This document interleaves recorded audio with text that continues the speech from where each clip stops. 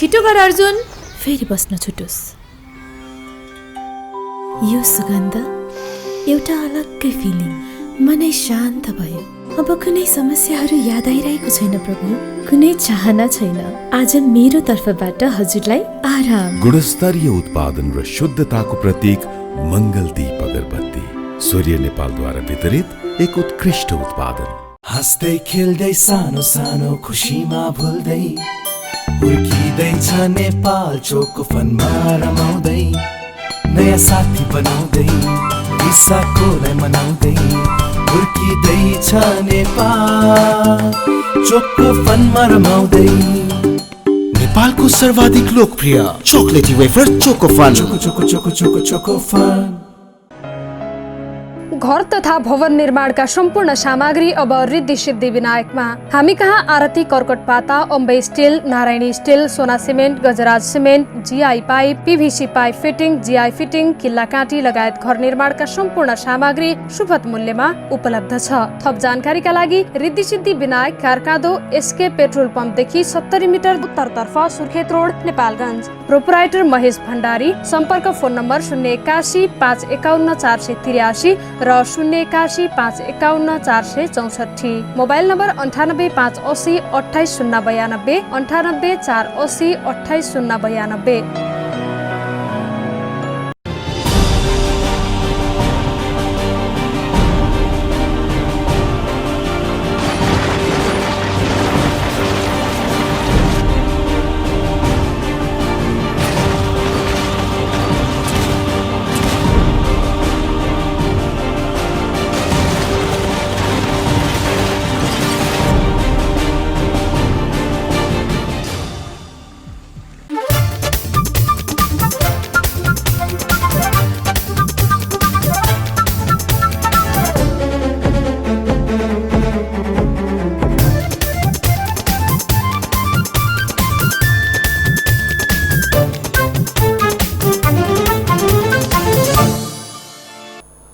नमस्कार, भागेश्वरी समाचारमा तपाईलाई स्वागत छ। म नरेन्द्र थापा।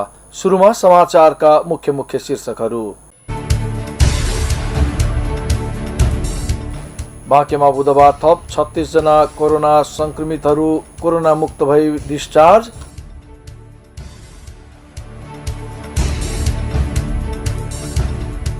संरक्षित जंगली जनावर चित्तल मारेको आरोपमा बाँके प्रहरीद्वारा 2 जना पक्राउ।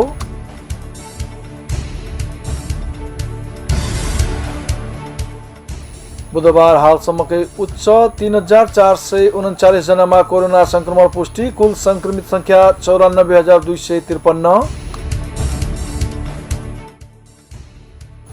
स्थगित भएका सबै तहका परीक्षा सञ्चालन गर्न मन्त्री परिषदको स्वीकृति।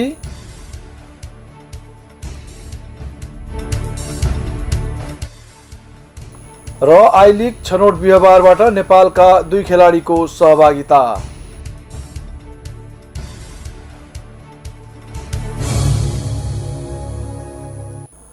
समाचारमा स्वागत छ। अब समाचार विस्तारमा। बाँकेमा बुधबार थप 36 जना कोरोना संक्रमणबाट मुक्त भएर डिस्चार्ज भएका छन्। कोरोना संक्रमण पुष्टि भएपछि उनीहरूलाई असोज 7 गतेदेखि बाँकेका विभिन्न आइसोलेसनमा राखिएको थियो। जिल्ला स्वास्थ्य कार्यालय बाँकेका कोरोना फोकल पर्सन नरेश श्रेष्ठका अनुसार 11 महिला र 25 पुरुष गरी 36 जना कोरोना मुक्त भई डिस्चार्ज भएका हुन्। यो सँगै बाँकेमा कोरोना संक्रमणबाट निको भई डिस्चार्ज हुनेको संख्या 1709 पुगेको छ। हाल बाँकेका विभिन्न आइसोलेसन केन्द्रमा अन्य जिल्लाका 18 सहित 456 जना सक्रिय संक्रमित उपचारमा रहेका छन्। बाँकेमा हालसम्म कोरोना संक्रमितको संख्या 2186 रहेको छ भने 21 जनाको मृत्यु भइसकेको छ। बाँकेमा बाहिरी जिल्लाबाट उपचारमा आएको एक महिलाको बुधबार कोरोना संक्रमणबाट मृत्यु भएको छ। घोराई उपमहानगरपालिका वडा नम्बर 15 का 35 वर्षीय एक महिलाको बुधबार उपचारको क्रममा मृत्यु भएको हो। उनको दुवैतिरको फोक्सोमा कडा निमोनिया देखिएको थियो। असोज 18 गते नेपालगञ्ज मेडिकल कलेजमा कोरोना पुष्टि भएपछि त्यसै दिन उनलाई भेरी अस्पतालमा ल्याई उपचार भइरहेको जिल्ला स्वास्थ्य कार्यालय बाँकेका कोरोना फोकल पर्सन नरेश श्रेष्ठले जानकारी दिनुभयो। यो सँगै बाँकेमा बाहिरी जिल्लाबाट उपचारका लागि आएका 10 जना कोरोना संक्रमितको मृत्यु भएको छ। नरेन्द्रपुर गाउँपालिकाले प्रदेश योजना आयोगसँग विकासका योजनाहरू माग गरेको छ। नरेन्द्रपुर गाउँपालिकाको बृहत्तर विकासका लागि लुम्बिनी प्रदेशको योजना आयोगसँग विकासका योजना माग गरिएको गाउँपालिकाका अध्यक्ष इस्तियाक अहमद शाहले बताउनुभयो।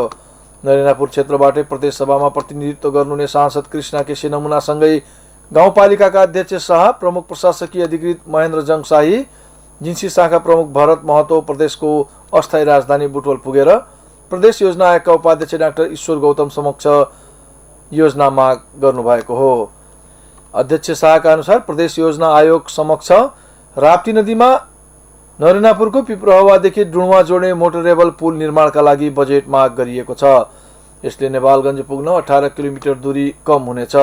त्यस्तै मटियादेखि सोनवर्षासम्मको 6 किलोमिटर बाटो कालोपत्रे, गंगापुरदेखि जमुनी हुँदै हुलाकी सडक जोड्ने पक्की सडक, सोनवर्षादेखि कोहला हुँदै हुलाकी जोड्ने पक्की सडक, नरेन्द्रपुरदेखि अगैया जोड्ने सडक, हुलाकी सडकदेखि बानिया गाउँ नेपाल भारत सीमासम्म जोड्ने कालोपत्रे सडक, हुलाकी रोडदेखि कोटिया नेपाल भारत सीमासम्म जोड्ने कालोपत्रे सडक, हुलाकी सडकदेखि हुलासपुरुवासम्म जोड्ने कालोपत्र सडकका लागि योजना माग गरिएको अध्यक्ष शाहले जानकारी दिनुभयो।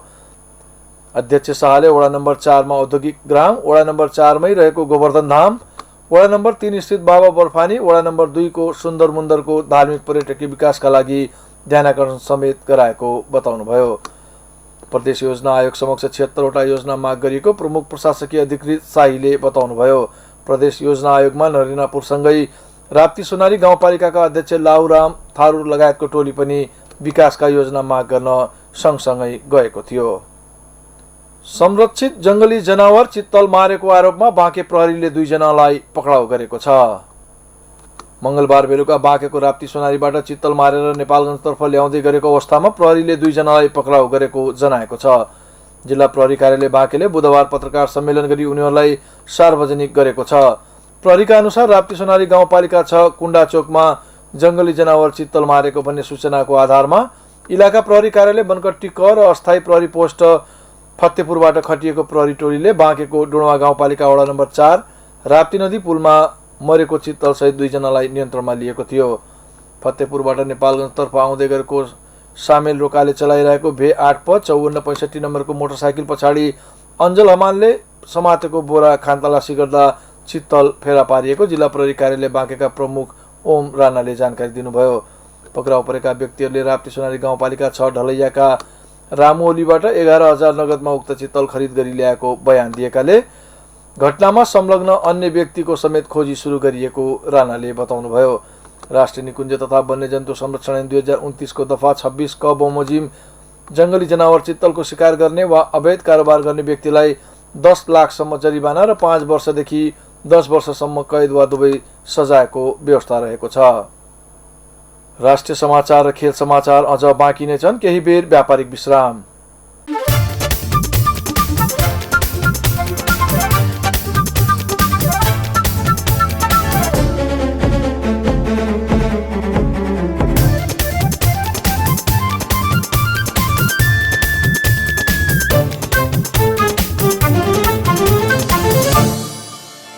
छिटो गर अर्जुन, फेरि बस्न छुटोस्। यो सुगन्ध एउटा अलग्गै फिलिङ, मनै शान्त भयो। अब कुनै समस्याहरू याद आइरहेको छैन प्रभु, कुनै चाहना छैन। आज मेरो तर्फबाट हजुरलाई आराम। गुणस्तरीय उत्पादन र शुद्धताको प्रतीक मंगलदीप अगरबत्ती, सूर्य नेपालद्वारा वितरित एक उत्कृष्ट उत्पादन। हाँस्दै खेल्दै सानो सानो खुसीमा भुल्दै हुर्किँदैछ नेपाल चोकको फनमा रमाउँदै, नयाँ साथी बनाउँदै रिसाकोलाई मनाउँदै हुर्किँदैछ नेपाल चोकको फनमा रमाउँदै। नेपालको सर्वाधिक लोकप्रिय chocolatey wafer Choco Fun. Choco choco choco choco Choco Fun. घर तथा भवन निर्माणका सम्पूर्ण सामग्री अब रिद्धि सिद्धि विनायकमा। हामी कहाँ आरती कर्कट पाता, Ambe steel, Narayani steel, Sona cement, Gajraj cement, GI pipe, PVC pipe fitting, GI fitting, किल्ला काँटी लगायत घर निर्माणका सम्पूर्ण सामग्री सुपथ मूल्यमा उपलब्ध छ। थप जानकारीका लागि Riddhi Siddhi Vinayak, कारकादो, SK petrol पम्पदेखि 70 metre उत्तरतर्फ, सुर्खेत रोड, नेपालगञ्ज। प्रोपराइटर महेश भण्डारी। सम्पर्क फोन नम्बर 081 551 483 र 081 551 464। Mobile number 98 580 28 092, 98 480 28 092।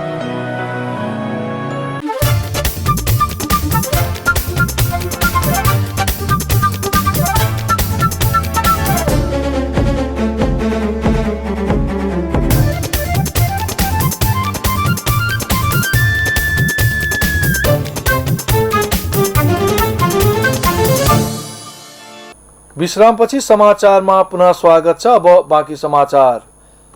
बुधबार नेपालमा अहिलेसम्मकै उच्च 3439 जनामा कोरोना संक्रमण पुष्टि भएको छ।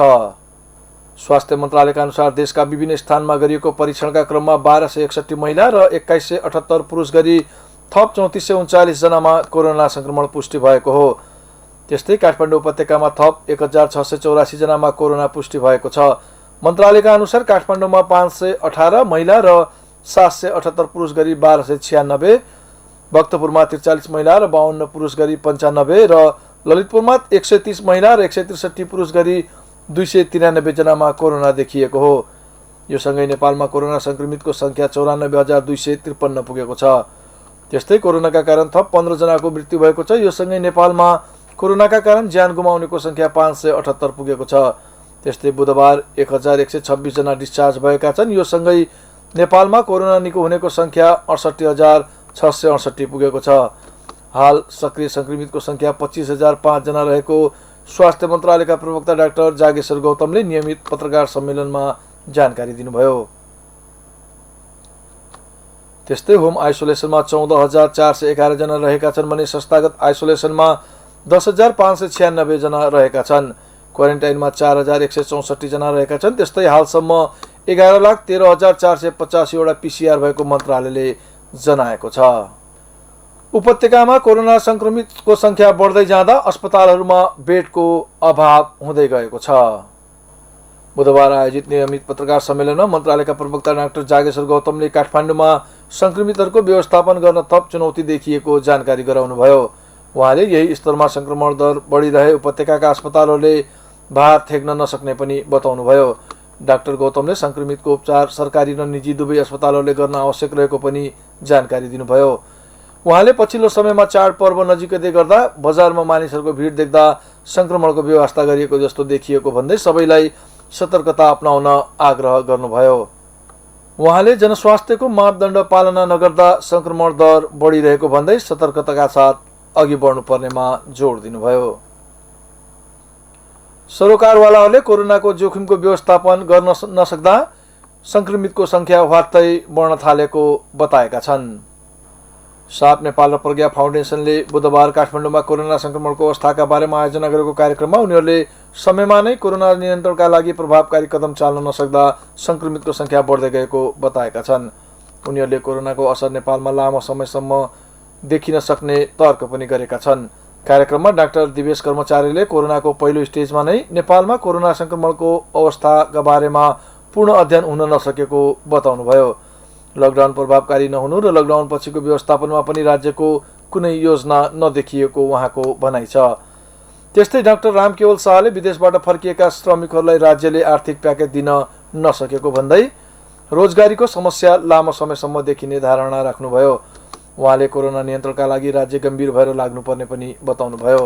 कोरोना महामारी सम्बन्धी समुदायदेखि राष्ट्रिय स्तरसम्म जनचेतना फैलाउने उद्देश्यका साथ कार्यक्रमको आयोजना गरिएको साप नेपालकी अध्यक्ष गीता भट्टराईले जानकारी दिनुभयो। कोरोनाको संक्रमण बढ्दै गर्दा सरकारले सबै परीक्षाहरू सञ्चालनका लागि अनुमति दिएको छ। सोमबार बसेको मन्त्री परिषदका निर्णय सार्वजनिक गर्न बुधबार आयोजित पत्रकार सम्मेलनमा सरकारका प्रवक्ता प्रदीप गेवालीले जनस्वास्थ्यका सम्पूर्ण मापदण्ड पालना गरी सबै शैक्षिक संस्थालाई परीक्षा सञ्चालनको सैद्धान्तिक सहमति दिएको जानकारी दिनुभयो। यस्तै मन्त्री परिषद बैठकले शिक्षक सेवा आयोगको अध्यक्ष छान्नका लागि सिफारिस समिति गठन गरेको छ। लोकसेवा आयोगको अध्यक्षको अध्यक्षतामा त्रिभुवन विश्वविद्यालयका उपकुलपति र शिक्षा मन्त्रालयका सचिव सहितको 3 सदस्यीय सिफारिस समिति बनाएको गेवालीले जानकारी दिनुभयो। राष्ट्रिय परीक्षा बोर्डका कर्मचारीको पदपूर्ति सम्बन्धी प्रक्रिया सुरु गर्ने पनि मन्त्री परिषदले निर्णय गरेको छ।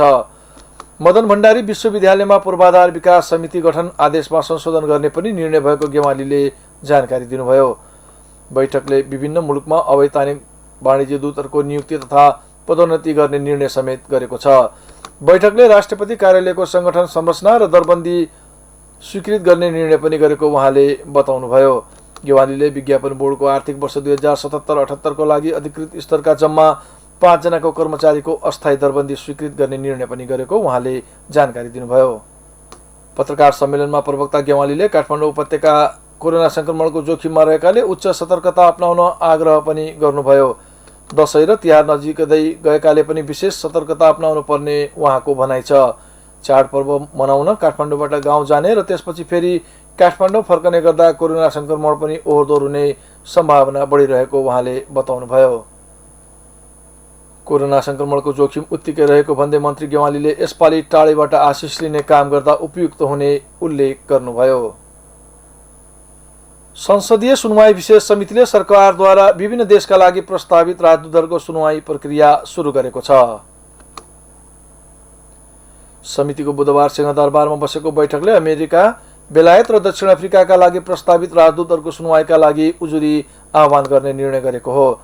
अमेरिकाका लागि प्रस्तावित राजदूत डाक्टर युवराज खतिवडा, बेलायतका लागि प्रस्तावित राजदूत पूर्व मुख्य सचिव लोकदर्शन रेग्मी र दक्षिण अफ्रिकाका लागि प्रस्तावित राजदूत डाक्टर निर्मल कुमार विश्वकर्मा विरुद्ध उजुरी आह्वान गरिएको समिति सभापति लक्ष्मणलाल कर्णले जानकारी दिनुभयो। सरकारद्वारा प्रस्तावित उक्त देशका राजदूतहरूको सुनवाईका लागि 10 दिने उजुरी आह्वान गर्ने निर्णय गरिएको समितिका सभापति लक्ष्मणलाल कर्णले जानकारी दिनुभयो। समितिले प्रस्तावित राजदूतहरूलाई 10 दिनसम्म उजुरी आह्वानको लागि म्याद दिने संवैधानिक व्यवस्था रहेको छ। त्यस्तै सो उजुरीमाथि छानबिन गरी प्रस्तावित राजदूतहरूको प्रक्रिया सुनवाई हुनेछ। समितिले राजदूतमा प्रस्तावितहरूको नाम अनुमोदन गरेपछि मात्रै राष्ट्रपतिले उनीहरूलाई नियुक्त गर्ने संवैधानिक व्यवस्था रहेको छ। राष्ट्रिय सहकारी विकास बोर्डले नेपालको सहकारी क्षेत्रको आगामी 25 वर्षीय रणनीतिक योजनाको मस्यौदा भूमि व्यवस्था सहकारी तथा गरिबी निवारण मन्त्री पद्माकुमारी अर्याललाई बुझाएको छ। बोर्डले बुधबार मन्त्रालयमा एक औपचारिक कार्यक्रमको आयोजना गरी मन्त्री अर्याललाई 25 वर्षे रणनीतिक योजनाको मस्यौदा हस्तान्तरण गरेको हो। रणनीतिक योजनाको मस्यौदा बुझ्दै मन्त्री अर्यालले सहकारी आन्दोलनको विस्तार, विकास र सुदृढीकरणका निमित्त रणनीतिक दस्तावेज निर्माण गरेको बताउनुभयो। अन्तर्राष्ट्रिय अभ्यास, राष्ट्रिय व्यवस्थालाई समेत ध्यानमा राख्दै सहकारी क्षेत्रको समग्र विकासका निमित्त स्पष्ट भिजनका साथ रणनीति तयार गरिएको मन्त्री अर्यालले बताउनुभयो। उहाँले संविधानले 3 खम्बे अर्थनीतिमा सहकारी क्षेत्रलाई महत्त्वपूर्ण क्षेत्रको रूपमा लिएको भन्दै संविधानको कार्यान्वयनसँग जोडेर 25 वर्षे रणनीति तयार गरेको उल्लेख गर्नुभयो। संख्यात्मक रूपमा बढेको सहकारीमा सुशासनको विषय पनि उठेको भन्दै सुशासनलाई विशेष रूपमा जोड दिएको उहाँले बताउनुभयो। सहकारी सम्बन्धी निर्माण गरिएका कानुन कार्यान्वयनमा विशेष जोड दिएको समेत मन्त्री अर्यालले बताउनुभयो। मन्त्री अर्यालले सहकारी विकास बोर्डले तयार पारेको सहकारी क्षेत्रको 25 वर्षीय रणनीति मन्त्रालयको तर्फबाट छिट्टै कार्यान्वयनमा ल्याइने समेत जानकारी दिनुभयो। कार्यक्रममा राष्ट्रिय सहकारी विकास बोर्डका सदस्य दक्ष पौडेलले सहकारी व्यवस्थित रूपमा अघि बढाउने योजना सहित 25 वर्षे रणनीति तयार गरेको बताउनुभयो। सहकारी क्षेत्रलाई समय-सापेक्ष रूपमा प्रविधि मैत्री बनाउँदै लैजाने भन्दै सदस्य पौडेलले समग्र सहकारी क्षेत्रको विकासका निमित्त रणनीति तयार गरिएको बताउनुभयो। त्यस्तै मन्त्रालयका सचिव टेकनारायण पाण्डेले सहकारीलाई समाजवादको आधारशिलामा व्यवस्थित गर्दै अगाडि बढाउनु पर्ने बताउनुभयो। पशुपति क्षेत्र विकास गुरु योजनाको विरोध गर्दै स्थानीयले बुधबार पनि पशुपति क्षेत्र विकास कोषको कार्यालय रहेको क्षेत्र घेराउ गरेको छ।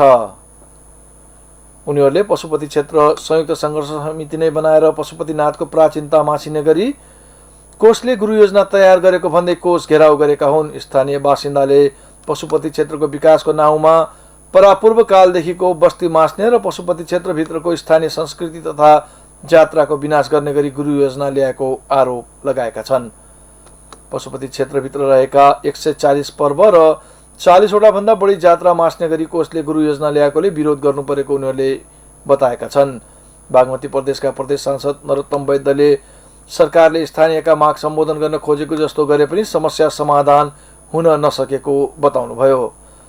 पशुपति क्षेत्र विकास कोषले स्थानीय बासिन्दा र स्थानीय निकायसँग समन्वय नगरी गुरु योजना तयार पारेकाले समस्या देखिएको स्थानीयहरूले बताएका छन्।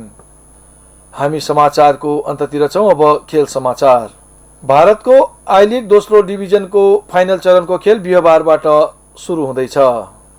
आई लिग छनौटको रूपमा रहेको प्रतियोगितामा 5 टिम बीच प्रतिस्पर्धा हुँदैछ। बिहीबार प्रतिस्पर्धा सुरु भएसँगै भारतमा पनि कोरोना भाइरस पछि औपचारिक रूपमा फुटबल फर्कनेछ। गत जनवरीमा सुरु भएको प्रतियोगिताको समूह चरणका खेल बाँकी रहँदा स्थगित गरिएको थियो। कोरोनाका कारण स्थगित प्रतियोगिताको स्वरूप परिवर्तन गर्दै समूह चरणमा उत्कृष्ट प्रदर्शन गर्ने 6 टिमलाई अन्तिम चरणमा स्थान दिइएको थियो। तर केरलले प्रतियोगितामा भाग नलिने बताएपछि अन्तिम चरणमा 5 टिम बीच प्रतिस्पर्धा हुन लागेको हो। प्रतियोगितामा Ara FC, Bhawanipore club, Bengaluru United, Garhwal FC र मोहम्मडन एससी बीच प्रतिस्पर्धा हुनेछ। राउन्ड रोबिनको आधारमा 5 टिम बीच हुने प्रतिस्पर्धा 11 दिनसम्म चल्ने बताइएको छ। च्याम्पियन बन्ने टिम आई लिग 2020-21 का लागि छनौट हुने बताइएको छ।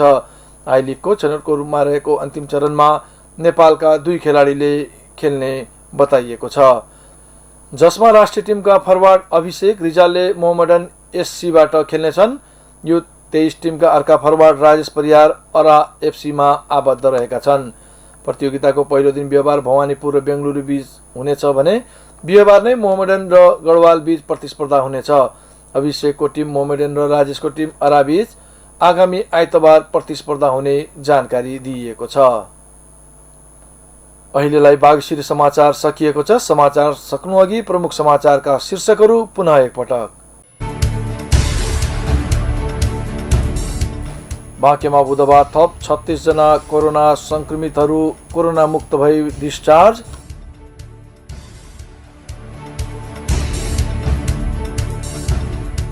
संरक्षित जंगली जनावर चित्तल मारेको आरोपमा बाँके प्रहरीद्वारा 2 जना पक्राउ।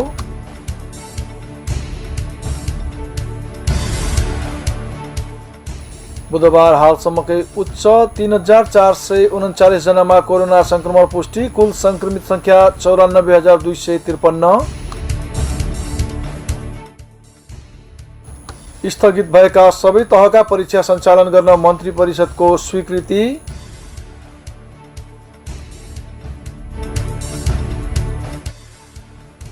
र आई लिग छनौट बिहीबारबाट नेपालका 2 खेलाडीको सहभागिता।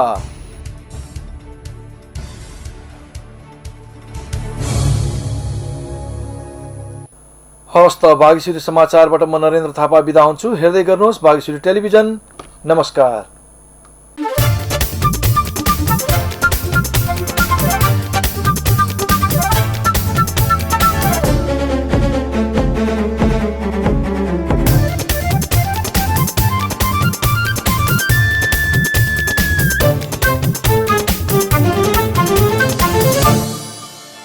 छिटो गर अर्जुन, फेरि बस्न छुटोस्। यो सुगन्ध एउटा अलग्गै फिलिङ। मनै शान्त भयो। अब कुनै समस्याहरू याद आइरहेको छैन प्रभु, कुनै चाहना छैन। आज मेरो तर्फबाट हजुरलाई आराम। गुणस्तरीय उत्पादन र शुद्धताको प्रतीक मंगलदीप अगरबत्ती, सूर्य नेपालद्वारा वितरित एक उत्कृष्ट उत्पादन। हाँस्दै खेल्दै सानो सानो खुसीमा भुल्दै हुर्किँदैछ नेपाल चोको फनमा रमाउँदै, नयाँ साथी बनाउँदै रिसाकोलाई मनाउँदै हुर्किँदैछ नेपाल चोको फनमा रमाउँदै। नेपालको सर्वाधिक लोकप्रिय chocolatey wafer Chocofun. Choco choco choco choco Chocofun. घर तथा भवन निर्माणका सम्पूर्ण सामग्री अब रिद्धि सिद्धि विनायकमा। हामी कहाँ आरती कर्कट पाता, Ambe steel, Narayani steel, Sona cement, Gajraj cement, GI pipe, PVC pipe fitting, GI fitting, किल्ला काँटी लगायत घर निर्माणका सम्पूर्ण सामग्री सुपथ मूल्यमा उपलब्ध छ। थप जानकारीका लागि Riddhi Siddhi Vinayak, कारकादो, SK petrol पम्पदेखि 70 metre उत्तरतर्फ, सुर्खेत रोड, नेपालगञ्ज। प्रोपराइटर महेश भण्डारी। सम्पर्क फोन नम्बर 081 551 483 र र 081 मोबाइल नम्बर 98 580 28 092 98 480 28 092।